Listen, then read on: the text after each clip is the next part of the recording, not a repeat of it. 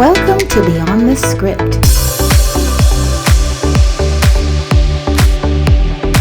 where you find great movies and great conversation.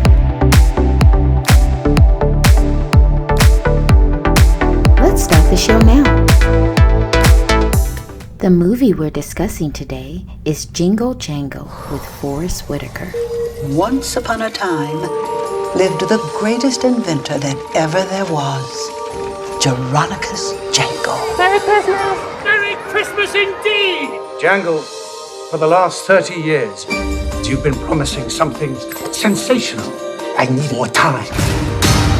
Either come up with the money you've borrowed by Christmas, or show me the revolutionary invention you once promised. I would lose everything. Callaway Thornton is a wife and mother, a 26-year teacher in special education by day. By night, she is an adjunct professor for 17 years. She received her bachelor's degree from the Tuskegee University, 2 master's degrees from the University of California, San Bernardino, and is currently a doctoral student at Cal Baptist University in Riverside, California. She has worked with children all her life, including the children and youth ministries at Cathedral of Praise. She loves animation and is here to find God beyond the script in one of her favorite new movies, her favorite new holiday movies, Jingle Jangle. Let's welcome Angela. All right, I'm so glad that you guys are here. I'm glad to be with my friend Angela. Hello. Yes, she was actually the very first person that came on BTS in season 1. Yes, and she is back for season 3. I'm so excited about it, and I'm more excited about this movie, Jingle Jangle. Jingle Jangle. Everything about this movie, honestly, is just like a breath of fresh air. It was so original. It was just so different. You know what I mean? And to start off, I'm honestly not going to say too much because I want you to just, because you know, when you watch the movie, you know, we're in a story, we're in a Christmas story, surrounded by a beautiful little girl and her life story, and she's going to living in an actual toy shop, and I'm in love with creative anything, so the fact that they're just like, they have a sort of anointing connection, of their creative anointing. So I don't really want to say much because I want to make sure that Angie says everything she has to say. So we're going to start from the beginning, Angie, with Jingle Jangle. Jingle Jangle. How did you go beyond the script with this movie? So first of all, I am so impressed with the genius of David Talbert. Yes. Being able to merge this concept of claymation and realism was superb, and of course the musical numbers were phenomenal. Right. So of course we're introduced to this family in the beginning. You have Jadakiss and his wife Joanna and their daughter Jessica, and he's just this brilliant mind. The fact that he's able to create toys and he's able to see formulations in his mind, and he's waiting with bated breath for this special additive to add to this new creation that he has. So he says, I just need to have this one thing. So of course there's these series of songs, and the first song is, you know, today is the day. And his toy store is full of people who are waiting to see what he's created. He just starts giving things away. And he has this apprentice who looks up to him. He wants to be like him. And there's something about his ego that he doesn't even realize his own genius. He's trying so hard to latch on to what he thinks his mentor is. Yeah, I was just going to say what he thinks is great, yes. And so if I can just even go through the characters, you have your protagonist, and who is Jadakiss and his granddaughter, which we'll talk about Journey in a minute. And even in her name, it's just like, Right, exactly. So here David Talbert takes us on this flashback of what's occurring, and the fact that this man is excelling in his craft. And he's so excited about the ideas that he is getting ready to change the future of his family. Then he rushes out, it's Christmas, hello. He rushes out and he goes and celebrates, and he leaves this apprentice, Gustafsson, to kind of be there in his in his insecurities. Right. And so when we look beyond the script, a lot of times when we connect ourselves to people who we admire, who we're like, oh my goodness, I want to be just like you. Right. We tend to settle into our insecurities. Right. And we're not necessarily attuned to what God has already given us. And so it's at that moment that the enemy is able to come in and almost be like, what are you doing? Right. So here this apprentice is in the store, and he's left with this special gift, this special toy, this thing that's supposed to change the world. Right. For Jadakiss and his family. So it ends up being this matador who is getting ready to be, he's the prototype for mass production. Right. Now, not that I'm trying to go back and talk about iRobot, but This was the first movie she did. Yeah. but it's this idea that he is the original to what is going to be copied. Right now we are in a place in our society where we are constantly trying to copy everything else. Right. Even though the Word of God says that He made you uniquely, He knows the hairs on your head, and yet we're still trying to emulate other things and other people. So, Don Juan Diego, Right. he is the prototype of what is going to be this wonderful toy for the next season. And he's here alone in the toy store with Gustavo and his insecurities. Because Gustavo's running around like, look what I did. Right. And he basically says, hey, they're going to mass produce me, but you and I together, we can be something that's greater than even Jadakiss has created. All you have to do is borrow what he has. It's not stealing. It's not appropriation. Right. It's just borrowing indefinitely. So there's like this little song, and he talks about, just borrow it. It's okay. Right. You can do so much better. Right. And here it goes. The enemy has taken this little part of truth, because he is a genius. This apprentice, Gustafsson, is a genius. He has so many things that he's taken from his apprenticeship, but he ends up listening to that voice of insecurity. And that's what the enemy sometimes does. Just takes a little bit. Yeah, subtle. So yeah, it's very subtle. It just takes a little bit. He says, come on, you can do this. And it's funny that he's tying or tagging into the one insecurity that he has, because if you look at this guy, the apprentice, he is super excited about his work. Right. He has something new every day. Coming in, look at this, I got this, I'm doing this. You know what I mean? He's really excited about his work, which means when you're excited about your work, you're happy to create. So you're not thinking about stealing, you're not thinking about nothing. Now, when you have a leader, that means I totally admire you.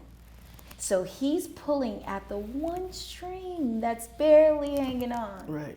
But he has this massive confidence in his work to be able to do it all the time and keep bringing it. However, the enemy comes in with that one thing. And in ministry, we get caught up in that. God gives us something. Each one of us, he says, I give each one of you a gift. And sometimes in ministry, what ends up happening is we're in such awe of other people's anointings. And so we're trying to be like them, and we're trying to hold on to, like you said, the little string. And the enemy will come in and be like, you're not as good as her. You're not as good as him. You're not reaching the masses like they are. And then here you go, and you change everything about yourself to be just like this other person, when God gave you a ministry for you to reach a particular demographic. You know, On and your so level. that's what happens. But yes! Yes. So long story short, Gustavo ends up stealing not just the matador, but he steals all of Jadakiss' designs. And so at this point, you know, he can't prove that he's stolen it. And he gets to such a point where he's so distraught that he forgets. He had the power to create it. Yeah. He could do it again. But he's just distraught. His whole world turns upside down. His wife ends up passing away. And he just loses himself in the grief of loss. The loss of a dream, the loss of his wife, and quiet as it's kept, the loss of his daughter's admiration.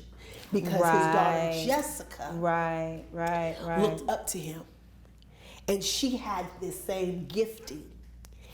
And so in his downward spiral, he forgets that he still had a gift. That was Jessica. That he was to make sure that he took care of. And he neglected it. So here we go. A lot of times we're in situations where life doesn't look like what we want it to. Things happen, life happens. We have setbacks. And we neglect that thing that God has given us charge of. Because we're so focused on what's not happening in our lives. That we forget to nurture what is there. So Jessica ends up, you know, being so distraught, she leaves and goes away and never comes back. And so we fast forward to a place where Jadakiss is sitting in his failed, dilapidated toy store with all these broken pieces.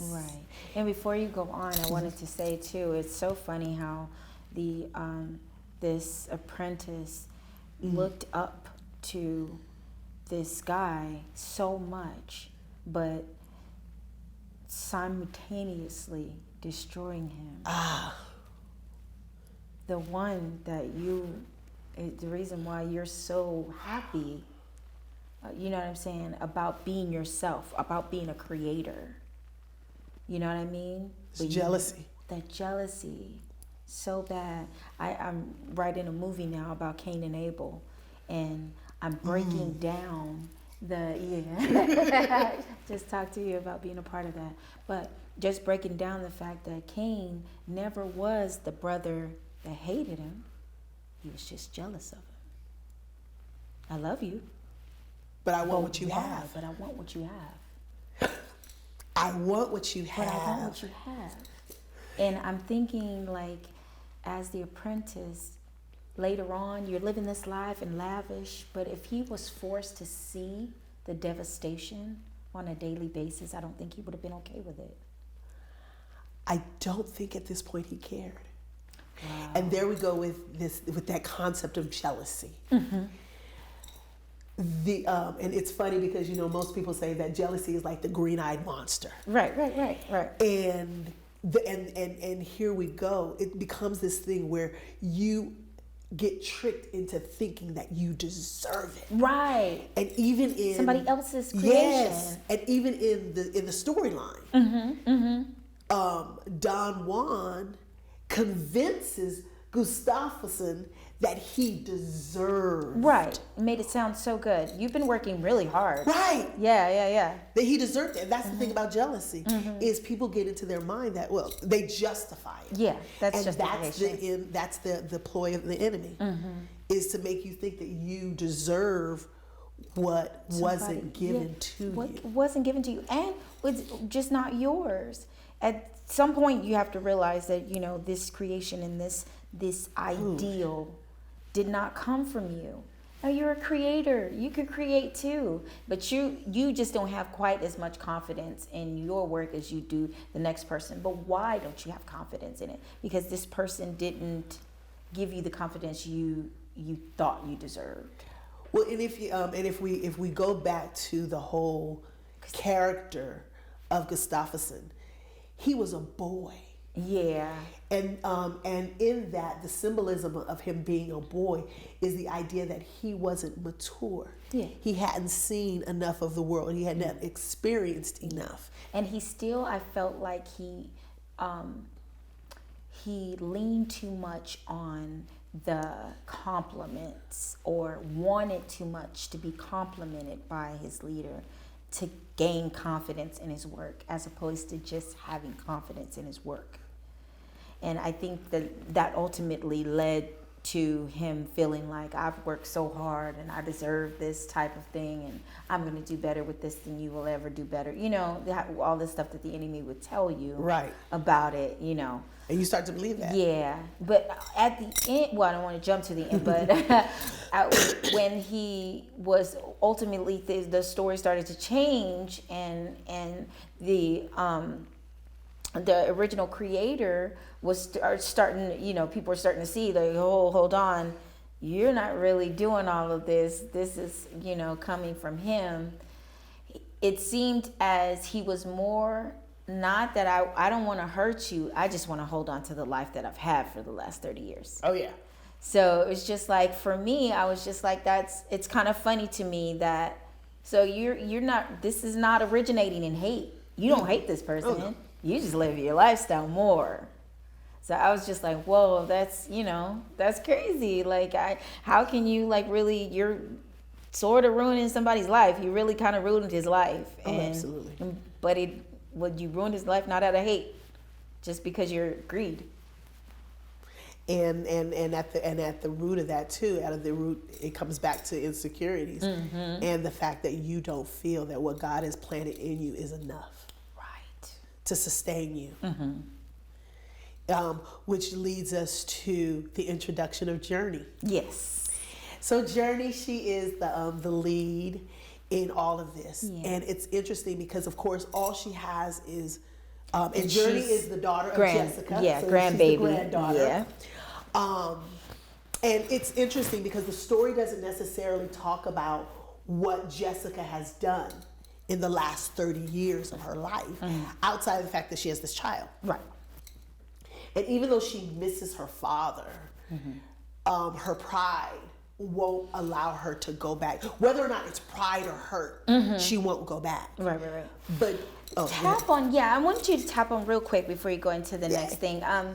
Tap on the daughters. Where did the pain of her staying away for so long, where do you think that came from? I think that in the storyline, it becomes a place where you get in the storyline, Jessica is hurt by not just the rejection of her father, but the neglect of her gift. Right, because she was a creator as he was, right. Yes. And so just as I thought about that, I think about, let's go back to ministry. I know Bishop always says that you're bleeding as you're leading. Right. And, you know, some of us understand this concept of church hurt, right? Right. And there sometimes becomes a part when you are insecure, and when you're not necessarily fully invested in not just the ministry of that church or that organization, but the ministry of salvation. Right. It's so easy for you to take those things personal. You're like, you know, oh, well, you know, Usher so-and-so. She did this. She didn't give me them fans. You know? She don't like the way I pass out my fans. She sat so-and-so in my seat. She went such in my seat. She knew what she was doing. They know I could preach. Why didn't they let me preach? You know, they just use me. I've been at this church for some odd years, and nobody's giving me a Bible study. Right. You know? And so what happens is when you get to that point where you start thinking that your ministry, your gifting is for you. Right. it's it's easier for you to walk away and to become resentful. And so I think in this place, Jessica basically was like, I'm not going back to a place that hurt me. Right. Because she at that point didn't understand her gifting wasn't necessarily something for her to share with her father. Right. But in essence, it became that thing that she actually passed on to her daughter. And so Journey, even though it's, we see Journey as a person, she's also a symbol of the inheritance of the gift. Yes. And as believers, we have an inheritance of the gospel that's passed on from Jesus to us. Yes. He gives, he's like, here, I'm going to give you something, but it's not for you to hold on to. Right. I need you to take this, he said, and go into all the world preaching the gospel. Yes. And so I think that's what Journey symbolized, was that gifting of salvation. Right. And even in her name. Yes, and even in her name. And I just, as you were talking, I was thinking about the fact that she was an extension of her mom. Yes. However, strong enough to stand up to her grandfather in a way her mom couldn't, in a way, meaning not stand up and be disrespectful. She was still a very, very good child. However, she was able to stand up and say, no, I want to do this. No, maybe you should do this. And the anointing of the way she was like an extension of his daughter, which made him stop for a second and actually listen. Because one thing we never really could figure out is this creator, which is played by, he's such a favorite. Forrest Whitaker. Forrest Whitaker. I love Forrest Whitaker. Forrest Whitaker has a stubborn way that he gives in his roles that you were like, oh my God, you're so stubborn. But you love him. But at the same time, he was extremely stubborn. And I think when finally, when it came, like when I say stubbornness, like the apprentice that stole all of his work, he was so stubborn when it came down to his work and just acknowledging the people around him and all that they do. He was just stuck in his in his creative, that he was super stubborn. And then when it came to his daughter and her, creativeness, he never really came out of this bubble, this creative world that he was in. And then here comes Journey. And finally, through, 30 years being stuck, being, I don't know if you saw the last episode, but we kind of talked about that, being just stuck. And he's just stuck in this place. Here comes this small little child that kind of like forces him out of this place where he's stuck in. You know what I mean? Yes. Just her challenging him in different areas where he just...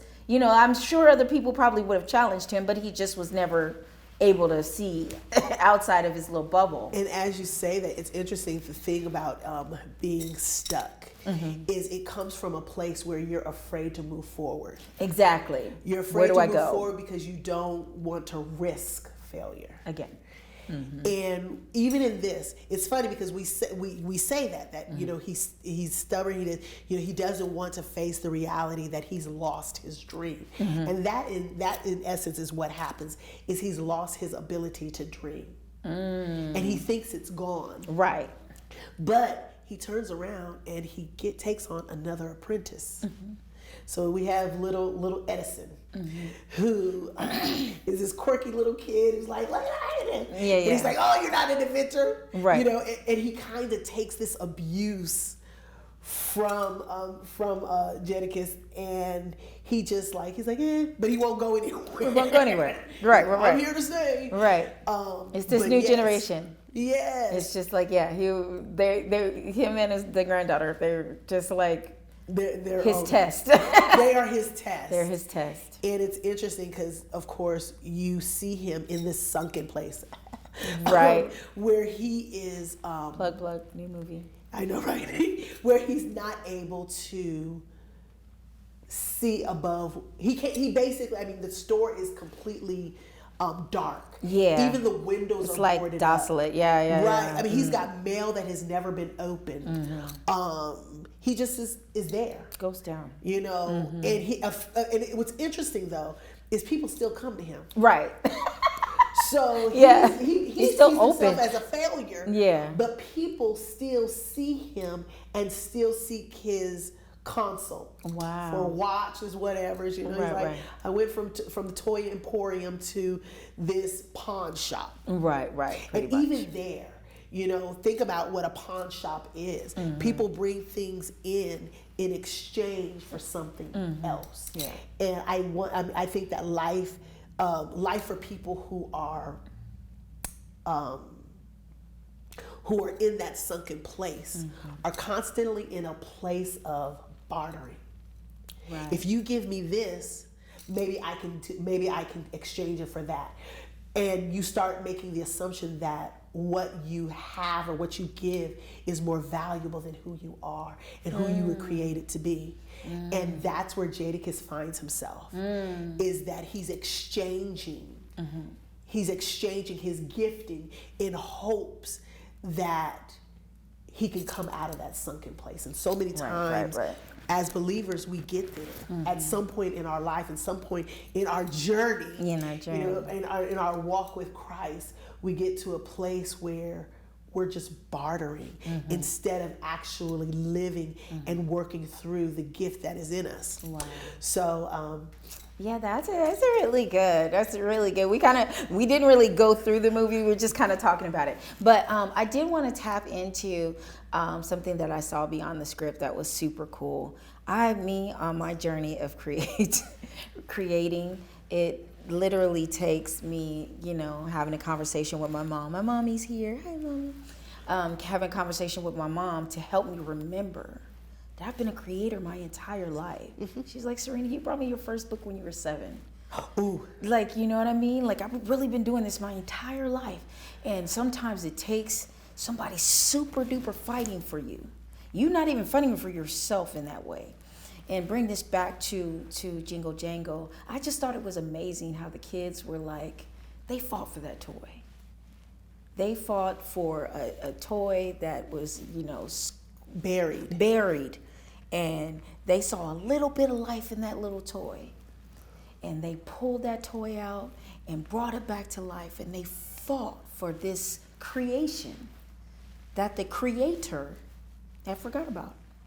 And that stuck out and resonated with me, because I want to give a shout out to Christian and Chris Bowman, because I don't want to cry, but sometimes those conversations with my mom and with your friends, you realize that they'd have taken your creation and like run with it. And Chris will send me a text. How's it going?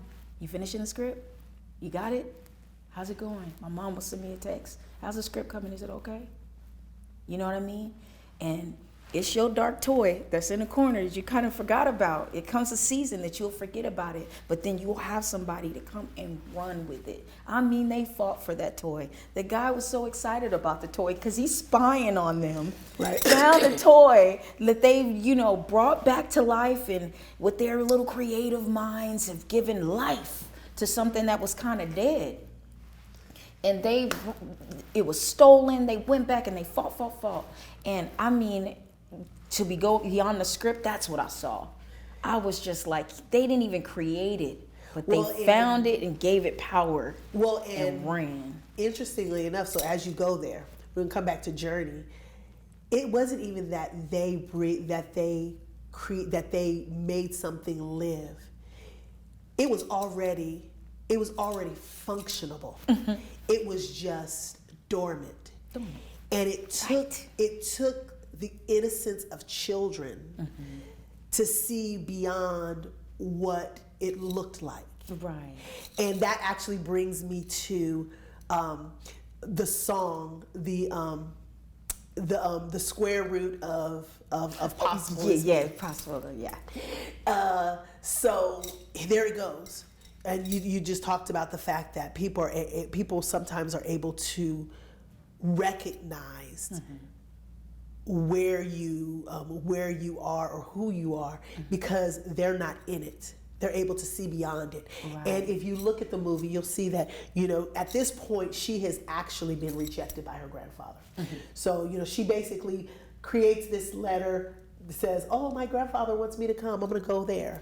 And here it goes. Sometimes God will send us places for the sole purpose of reminding us of the toys that we have forgotten, or of the fact that we still have ministry in us, that we still have value. And here we go. I'm not a mathematician at all. Have no idea. I'm like square roots and what? But in the song, she talks about the square root of impossible is me. And when we start looking at the mathematical function of a square root, so we know that the square root of 2 is 4, because it's that number multiplied by itself. But I looked, because I was like, so what actually is the function of it? But in essence, it says that what is the importance, or what is the purpose of it, of a square root? And it talks about that a square root actually is a number multiplied by itself to render value.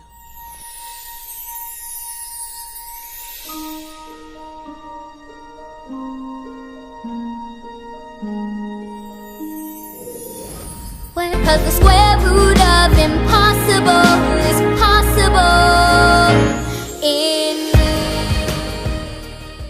What? So here we go.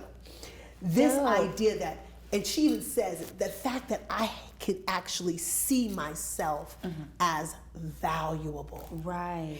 And then it talks about we square to keep negative numbers from wreaking chaos. In this, throughout this movie, Jadakiss is so overwhelmed by negativity. Gustafsson, so overwhelmed by negativity of not being enough. Jessica, so overwhelmed with the negativity of rejection.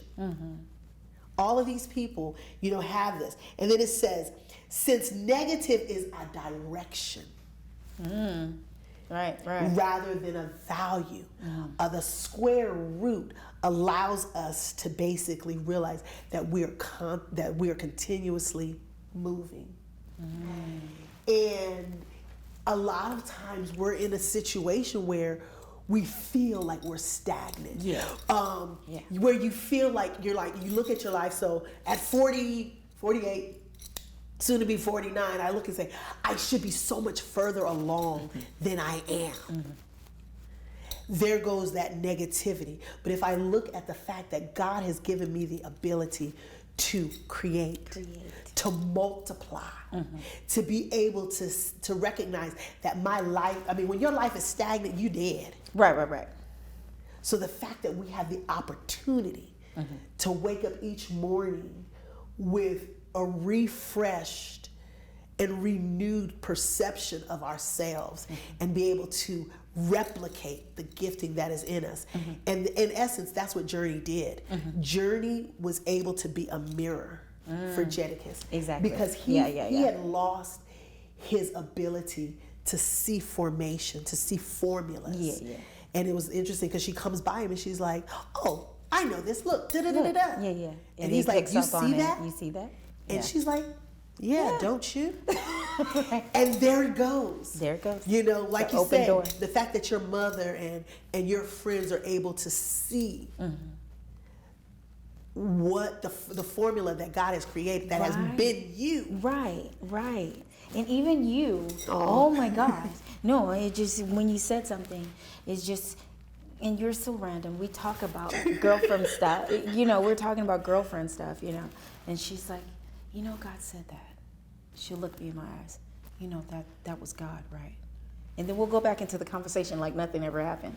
This is, and I remember like in the beginning, because you were here the very first episode, and it was a very difficult one for me, but I'm back, and this is exciting, that this is my dream coming to life. But I remember just talking to you through that over the years, and knowing that I know I'm hurt, but then I didn't see the scar. You know what I mean? And it took you saying something, just like, you're still talking about it because you're hurt. You're scarred. It hurt you. Do you remember that conversation? I do. And that helped me, first of all, to heal. Because you don't know you have a problem until you realize you have a problem. And that started the healing process first. But even from there, I'm working my way back. But the spark of it, it was just like when he said, "Oh, you see that?" Mm-hmm. That was that spark. It was just like, oh. And you even see that moment where he said, where he starts to say, because he still couldn't see it. Mm-hmm, mm-hmm. And even as you said that, the thing about scars, you know, we know that scars are there to protect the wound. Long enough for it to heal. And sometimes, oh my goodness, what happens is in our haste to make God work,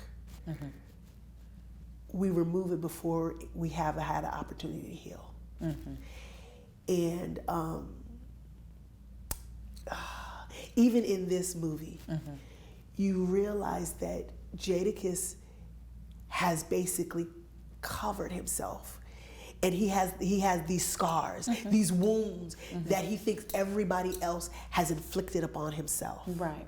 And he can't get past it because he's got a closet full of letters. You guys see the closet full of letters. Right. He's got a closet full of letters. And in our lives, we know the answers. We write the letters. We tell the stories. But then we never send them. We never operate in that thing. Right. And the Word of God says, and your gift will make room for you. And I think that in that, a lot of times we assume that it just means that our gift, you know, that God will, that we'll be able to function in our gifting, or that, you know, things will start to happen. But what it really is talking about, I think, is this idea that if we allow ourselves to dream again, as Jadakiss did, and he literally had to force himself to dream again. And I think that that's what happens too, is when our dreams are dashed, or, you know, when people tell us, they tap into our insecurities, we lose our ability to dream. And you talked about the toy. So this toy, in essence, really wasn't even his. We talked about the inheritance. The toy was Jessica's. And it took Jessica to come back into her dad's life. Well, I mean, and even in there, you know, because remember, she comes back to get her daughter. Right. You know, and all along we realized that this is Journey's whole purpose is to unite them. And let's look beyond the script. God, life happens. You know, here we are, you know, at the end of a pandemic, you know, losses, demotions, whatever they may be. They're a part of our journey. But God has prepared a life in such a way for the believer that he orchestrates situations, people, to bring us back to our purpose. Right. And for Jadakiss, his purpose was to create, but he couldn't do it on his own either. But God had to remind him of that. And so Journey became that piece that brought him and his daughter back together for the sole purpose of basically breathing life into a dream that had been tossed. So keep dreaming. So keep dreaming. Keep dreaming. Oh my God, this is awesome. We could talk forever. I know. But- I hope they come up with a part 2. Think we can Right, have a part I 2? hope so, because we end up seeing her all grown up, and Oh, she's that's talking to her grandkids. So hopefully, but I do always ask my guests to say something beautiful or whatever you have on your heart to the audience. It's interesting because, of course, you have this list of things that you want to say, and as random as I thought the conversation had gone, I think that here we go. The process or the journey of our life it comes to a point where we recognize that the square root of us, the square root of the gifting that is in us, we are basically mirrors of the Spirit. And if we just take the time to realize that our dreams are gifts from God, and that there's no good thing that He'll withhold from us, and even in spite of all the things that are going on in life, in spite of what we see on TV, God has a definite purpose for you. And if we can let go of our insecurities and recognize that we are wonderfully and created to live and to share the gifting that is in us. And in essence, with Jingle Jangle, he was gifted to share his gift of toy making with the world. And whatever your gifting is, don't allow insecurities to keep you in a dark place. And, definitely rely on the people who are there to help you to see what is in you. See yourself. So keep dreaming. Keep dreaming. Oh, thank you so much for being here, guys. This was an amazing show. Oh. Thank you, Angie. Thank my mom over there. What a day. It was amazing. Thank you so much. And we will definitely, hopefully, see you on the next episode. Bye.